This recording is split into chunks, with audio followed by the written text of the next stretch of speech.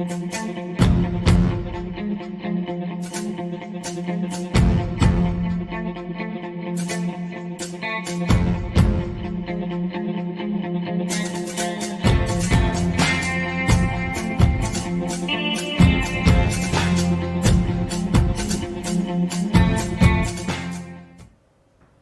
County View live at Uncut. I'm your host, the guy that tells you one and one makes three, your favorite cult of personality, John Arhitis, and of course the latest and greatest in Hudson County news.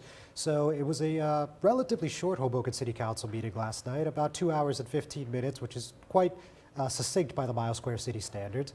But there were several agenda items that were notable. I mean, the salary ranges were amended. The first reading of a pay-to-play ordinance was amended as well. And we're also going to see the return of the Office of Constituent Affairs. And I could go on, but there were several notable things. So fortunately today we're joined in the studio by 2nd Ward Councilwoman Tiffanie Fisher, who's going to give us her perspective on that, and of course a whole lot more.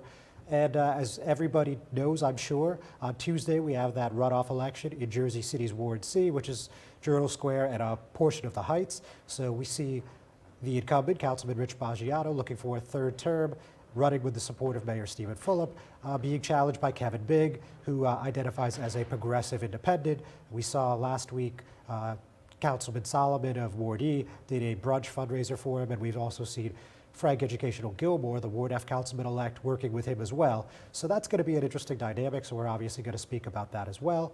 We're going to talk about what happened with the U.S. Department of Education. This is relevant for a significant part of Hudson County because Jersey City is now set to recoup as much as $126 million, while Hoboken is about $1.2 million and Weehawken is about $292,000. And we also heard from Congressman Series on that topic. So we're going to discuss what's going on with school funding and how this positive impact can be felt in those three portions of the 8th Legislative District. That and a whole lot more after we hear a word from our sponsors. Good Friend Self-Storage in North Bergen, New Jersey is a fully climate-controlled facility equipped with state-of-the-art security, packing supplies, a Refer a Friend program, and multiple loading docks convenient for commercial use. Located just off of Route 3 at 4301 Tunnelly Avenue, Route 1 and 9. Call 201-867-2444 or visit us on the web today. Good Friend Self-Storage. Let us be your good friend. Burns Brothers Memorials, Monuments, and Markers, 787 Tunnelly Avenue, Jersey City. Hudson County's only monument maker, serving all faiths and cemeteries. Design, studio, and launch inventory on site. Cemetery inscriptions and custom orders welcome. Burns Brothers Memorials, Monuments, and Markers, 787 Tunnelly Avenue, just south of Secaucus Road. Craftsmanship that will last for all eternity. Burns Brothers, Jersey City, Albert H. Hopper, North Arlington. Visit us on the net. Hudson County View live at Uncut. John Arhitis. As I mentioned just a few moments ago, today I'm joined in the studio with Hoboken 2nd Ward Councilwoman Tiffanie Fisher. Councilwoman, thanks for coming in. Thanks for having me. All right, very good. So, yeah, while it wasn't a particularly long council meeting last night, you guys had a pretty chock-full agenda, I would call it. So before we get into the most, let's just say, interesting items, let's talk a little bit about two things that happened basically in passing. The Office of Constituent Affairs is going to be coming back, and also we're going to have that new division of housing, which will be led by now outgoing Councilwoman at Large Vanessa Falco. So tell us your thoughts on those two items and your thought on their passage. Sure. Both of which I voted against. So constituent services, you know, this is something that everyone in Hoboken is looking for. City Hall's not open right now, hasn't been open. There doesn't seem to be any plan to open it. People are frustrated that there isn't any type of constituent services coming out of City Hall right now. And so this is something clearly that the community wants. We originally, you know, voted to end the actual Office of Constituent Services because it was really just an additional personal aid to the mayor. In recent history, most mayors actually perform constituent services out of the mayor's office. We just didn't see the need to have a separate office. And quite frankly, it's just extra head count around the mayor in the mayor's office. And at a time when we really should be continuing to cut costs, I just didn't think it was necessary. We felt very strongly that the constituent services can be performed out of the mayor's staff. So. And then the Division of Housing, listen, the Division of Housing is something that Hoboken desperately needs. We need someone to put their arms around everything relating to housing security within City Hall. I just think that this division is being set up around the appointment of someone that is being appointed for political reasons, not necessarily the right strategic reasons for the city. If we really were taking housing seriously, we would cast a wide net to find the best talent, someone who has the most experience on everything relating to housing and securities, and bring that experience to Hoboken, but that's not what we're doing. We're bringing someone who advocates for it, but just really brings no real experience to the role. So to me, my vote against it was really just to say we need to do this differently, and we need to do it the right way for Hoboken residents. Now, I know months ago you filed a complaint about this with the state. Have you heard anything further on that? No. So originally we filed a complaint against the mayor specifically for making an offer to a sitting city council person and offering them future employment. And we made a dual complaint to the DCA for the ethics violation, the Office of Attorney General for criminal violations, and the state doesn't allow you to do both. So we need to rescind one of them and just file through through one of them. And so that's basically what we did more recently.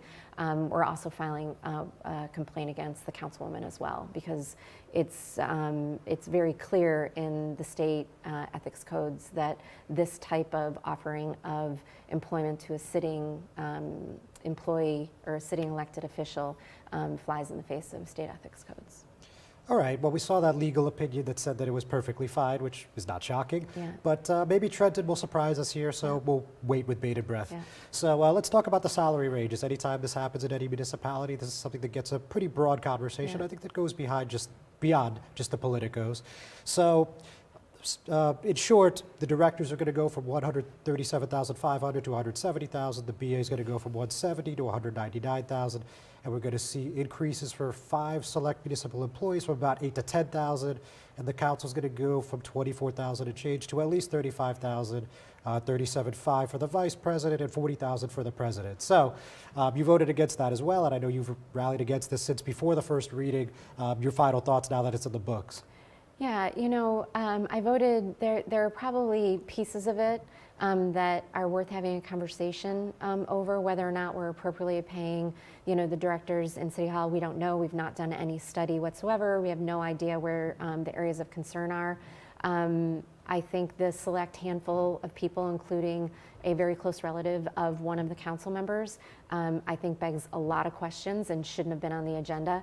And I think, council salaries, I was definitely open to salary increases, no different than the 500 city employees that have been without a contract for the last 4 years. But a 45% increase makes absolutely no sense. So I think we're already talking, a couple of us who voted against are talking about maybe bringing back an ordinance in the new year to bring the salaries back down again. We weren't able to vote on them individually, so we couldn't, make maybe a change to one and make a vote for maybe just the director's salaries and maybe change the city council salaries. We weren't given that opportunity. I actually offered that opportunity last night, and that got voted down. So I just think there's more dialogue we can have and maybe bring a revised ordinance up in January. So it's in the books for now. You have the ability to decline the salary. Is that something you may do? So I don't know the answer to that. I haven't really thought about it, and I don't even know if we can decline the salary, but so the answer is I don't know. All right, fair Yeah. enough. Good time to take a word from our sponsors. We'll be right back.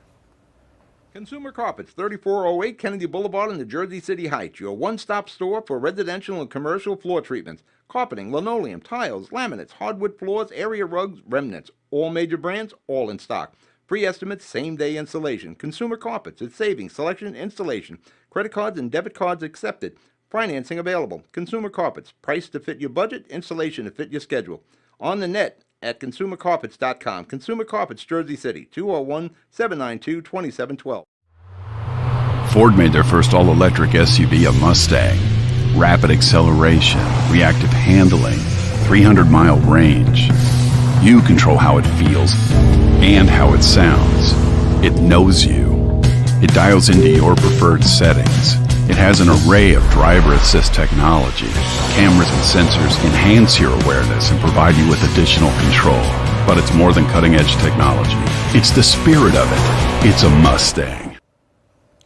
Hudson County View live at Uncut, John Arhitis, and I'm still here with Hoboken 2nd Ward Councilwoman Tiffanie Fisher. So Councilwoman, let's now talk about pay to play. So obviously you first ran in 2015. You had the support of Mayor Dawn Zimmer. You ran on that ticket. Obviously she was a reformer to the delight of many in Hoboken, of course to the dismay of some, but very different from what you typically see in Hudson County, right? And one of those examples, and there's several, but one is of course pay to play. Those reforms that they put forth about a decade ago, give or take, the most strict definitely in the county, perhaps in the state, right?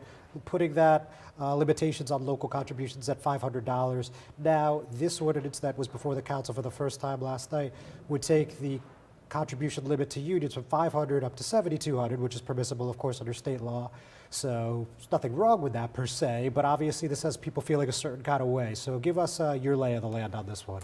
Sure. I mean, people have been fighting against, outsized contributions, influencing contributions in Hoboken, for the last almost 20 years, right? The first legislation went into effect via referendum in 2004, and they continue to make improvements along the way, and Mayor Zimmer made the last one that really restricted PACs for the most part. And the original part, and probably the main part of that intent, was to avoid wheeling, where people couldn't maybe donate directly, but they could donate through a PAC and still have influence. This basically undoes that, right? The spirit of all of our campaign reform is to minimize the outsized contributions that potentially can influence or could be construed as like a quid pro quo trade for something else, right? And when you think about the kind of what this carve out for unions would be, like right now, right in front of us, 5 of our 6 unions are without contract. They're in the middle of negotiations. So just imagine what that negotiating table now looks like, right? The mayor potentially is the one that would be the beneficiary of any direct contributions, and the mayor is the one that is negotiating with taxpayer dollars contract terms for 5 of our labor contracts. I mean, that conflict is real, and that is absolutely crazy. The second kind of like broad category of unions is building trades, right? I'm a huge supporter of union labor. I'm a huge supporter. I've taken plenty of union contributions, anywhere from $100 up to $500 when I ran both times, and I'm very proud to have taken that. But when you allow the 20 or so unions to make that type of contribution in our local elections, first of all, that will rule out anyone being able to run against an incumbent that would be able to garner and get those types of contributions. And the dollar amounts are ginormous. And what would unions want in exchange? They would want big development in Hoboken. So on that point, real quick. So one of the sponsors of this, 5th Ward Councilman Phil Cohen, he said that this ordinance has nothing to do with developers or super PACs. It's just for unions, and it's about unions exercising their constitutional rights. So what do you think on that? What I would say to that is he sounds like a Republican, right? He sounds like a Republican that supports big money in elections. This is all about our local elections and keeping our local elections as democratic as possible, filled with as much debate as possible, and supported by people that are within our community. And notwithstanding, there's plenty of local, whether it's police officers, fires, or whatever, that live in our community. They can make their own individual contributions, right? But bringing this huge dollar amount into, like, I'll give you an example. In a ward election, my election probably was $35,000. Just imagine if I'm running against someone that is able to get $7,200 by making from 5 phone calls, and suddenly they don't have to get any dollars from anyone locally. They have a fully funded campaign before they've even started, and that makes it very difficult for people that want to run for the first time, candidates that want to run for the first time.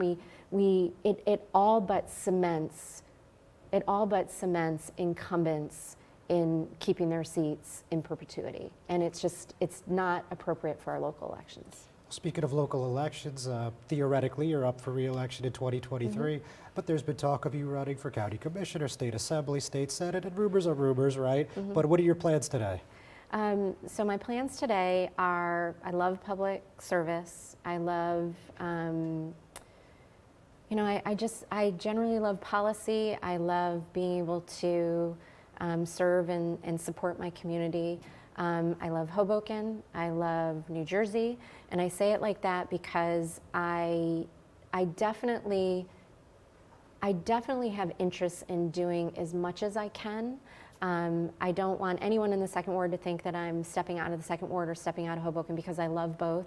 But I will tell you, when we look around the landscape, like, I think our district, LD33, deserves a better state senator, right? I think we have a state senator that does a lot of great things for Union City and a lot of great things for some people in the district, but I think he falls short on a number of issues that are important to the area. Whether it's transportation, whether it's education, he is supporting, a couple of different policies that are very anti-Hoboken. Like, we shouldn't have a state senator that is also a mayor who's in dual role, that is potentially conflicted and is not representing, all of the community, and always favors the one community that he serves as mayor. And I think, I think that we should be thinking outside that box, and we should be thinking about representation, whether it's me, whether it's someone else. We should be thinking about the best representation for our district. We are between the Holland Tunnel, the Lincoln Tunnel. We should be the economic driver for the entire state. We should be leading on education for the entire state. We're the most densely populated. We should have the best transportation, in the entire state. None of which is a priority for the current senator. So I think there's a dialogue to be had. Councilwoman, we'll end there. Thank you very much for Thanks. joining me. Ladies and gentlemen, thanks for tuning in, but we're not done yet. We'll be right back. Newport, the luxury waterfront community on the Hudson River, offers a quality of life you deserve in one of our many high-rise towers. With amenities such as the on-site Newport Path, light rail, Newport Town Square, 3 playgrounds, dog run, upscale restaurants, retail giants like Kohl's, JCPenney, Macy's, and Target. Morton Williams and Acme Supermarket are just outside your front door. A health and fitness center, skating rink, and medical facilities are also on site. Enjoy the New York skyline from our waterfront and various parks. Manhattan is just one path stop away, or quick ride through the Holland Tunnel. Nursery and private elementary schools all on site. 12-screen movie theater at the Newport Center Mall. Looking to visit? Stay at the Westin or Marriott Hotel. For more information, visit us at newportnj.com. Make lasting memories to cherish forever. It's incredible. It's you, Newport. Live like you want. Not everyone celebrates the birth of a baby. You have options. Don't panic. New Jersey has safe havens for unwanted infants. Leave the baby with staff at any hospital, ER, police or fire station, or rescue squad. Call the number on your screen for safe haven locations, or go to www.njsafehaven.org. No shame, no blame, no names. Safe Haven. Panepinto Properties, Jersey City, shaping the workplace with state-of-the-art office spaces and addresses your company desires. Building residences that define your home environment, adjacent to all modes of transportation with on-site parking available. The right address, the right lease. Call 201-521-9000 or visit online at panepintodevelopment.com. Panepinto Properties, building Jersey City for everyone. Hudson County View live at Uncut, John Arhitis. So let's talk about this directive coming out of the U.S. Department of Education. Obviously, this is an entity that we don't talk about very often, obviously a federal entity. And the reason that we're talking about it this week is this is big news for the Jersey City Board of Education, and as I noted at the top of the program, also for Hoboken and Weehawken to a lesser extent. So what exactly am I talking about, in case you missed it? So the Jersey City Board of Education could recoup as much as $126,434,477 from state aid cuts following this directive that cites that this must be done in order to comply with the American Rescue Plan. So you guys may recall over the summer, I believe that was in July, we saw Jersey City Together, of course, an advocacy group out of Jersey City. They wrote to the Assembly and Budget Appropriation Committees of the Assembly and the State Senate, and they were saying, based on the parameters of the American Rescue Plan funds, of receiving those funds, you guys have to adhere to these certain guidelines, and to do that, you can't do state cuts. And it turned out that when they submitted these complaints to the U.S. Department of Education, along with the Education Law Center, who was also pivotal in this, they agreed 100%.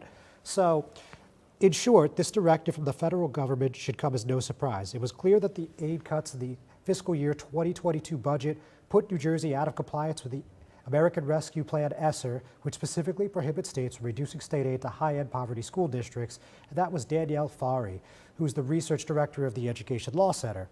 So, you recall that it was another tough year for Jersey City. The state announced over $71 million in cuts. So now, due to that reason, due to the fact that taxes were increased, we don't know if they're going to get the whole $126 million, if they're going to get the difference. But either way, it's going to be tens of millions of dollars. And obviously, with this school funding crisis in Jersey City that's been ongoing for decades, this is welcome news for anyone who lives in the district. So we heard from Bridget D'Souza and Dr. Jill Josephson, all parent leaders with Jersey City together. They said, the USED, of course, the U.S. Department of Education, has vindicated the advocacy of Jersey City Together and ELC to enforce maintenance of equity. The restoration of millions in state aid will be crucial for high poverty districts across the state, including New Jersey City, to invest over the next 2 years in their students and recover from the pandemic. Now, mind you, statewide, this is going to impact over 80 districts. So this is not a small decision by any stretch of the imagination. This has implications across the Garden State. We see the impact here in Hudson County, but it goes well beyond that. So the other thing, too, is the directive said that if this is not restored, they could risk losing $2.8 billion in federal funding. But when I say they, I mean the state as a whole. So the state aid cuts were dictated by Senate Bill S2.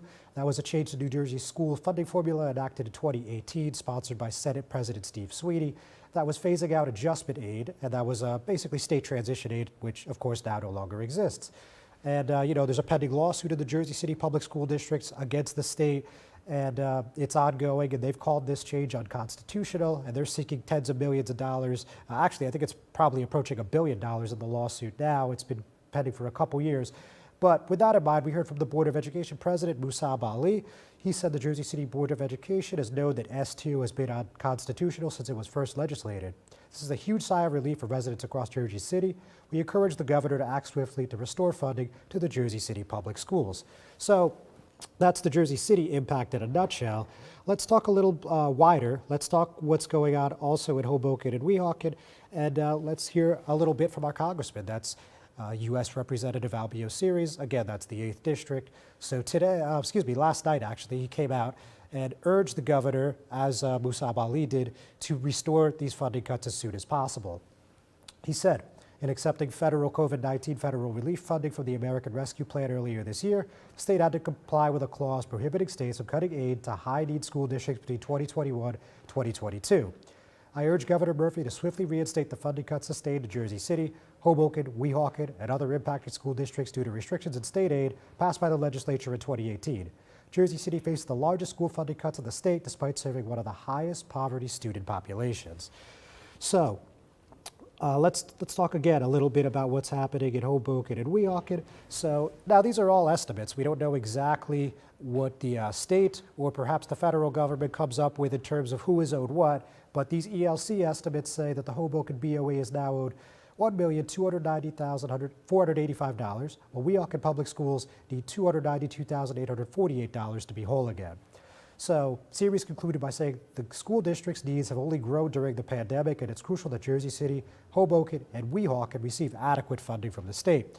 I reached out to the New Jersey Department of Education yesterday. I didn't get any comment back. And today I reached out to the governor's office and they declined to comment. So I guess that's all we got for now, but this is something we're going to be following for the coming days, weeks, and months. Obviously, this is a pivotal issue, so we're going to be on top of it. With that, we're going to take another word from our sponsors. We'll be right back. Introducing the all-new Ford Maverick. A truck for people who do stuff. And people who make stuff. People like Gabrielle Union. I make this look good, don't I? Who haul whatever they want to wherever they want. Like wood to build things made of wood with. And friends to get weird with. It's for long trips that the standard hybrid engine with a targeted EPA estimated city fuel economy rating of 40 miles per gallon helps with. That an 8-inch touchscreen connects with. And any trip that this interior makes more comfortable. But we'll let Gabrielle tell you all about it. Or I could just tell them it's a Ford truck that starts at less than $20,000 MSRP. Yep, that works too. The all-new Ford Maverick, built to defy expectations.